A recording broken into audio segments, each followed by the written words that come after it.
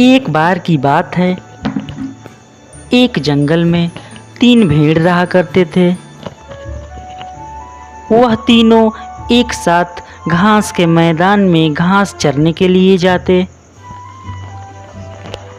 और शाम तक खूब मज़े से घास चरते और शाम होने से पहले वापस अपने घर को लौट जाते थे। ऐसे ही धीरे धीरे वक्त गुजरता गया और वह तीनों छोटे से बड़े होते चले गए। वह तीनों भेड़ बहुत ज़्यादा तंदुरुस्त और ताकतवर हो गए थे और वह घास के मैदान में घास चर के और अच्छा महसूस करते थे।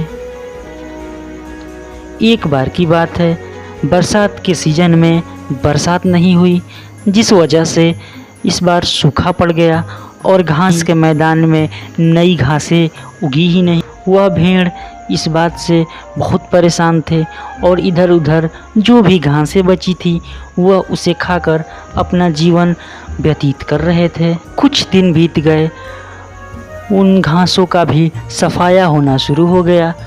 नई घासें तो आई नहीं और पुरानी जितनी भी घासें थी वह उन भेड़ों ने और अलग जानवरों ने भी उसे खाकर ख़त्म कर दिया। धीरे धीरे वह ज़मीन बंजर होती चली गई और उन भेड़ों के लिए परेशानियां और भी बढ़ती गईं। वह भेड़ और ज़्यादा इधर उधर जाती और जो बचा खुचा घास था वह उसे खाकर अपना गुजारा कर रही थी। एक वक्त ऐसा भी आ गया कि अब उस मैदान में थोड़ा सा भी घास नहीं बचा।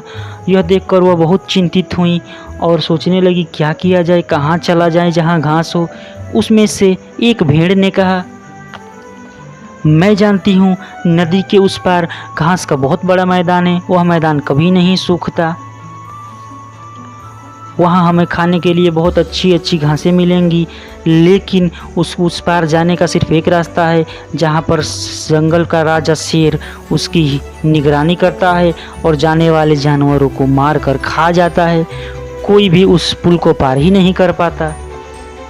यह तीनों आपस में यही बातें कर रही थीं कि कैसे भी करके उस पुल को पार करना होगा, तभी अब उनकी ज़िंदगी बच पाएगी।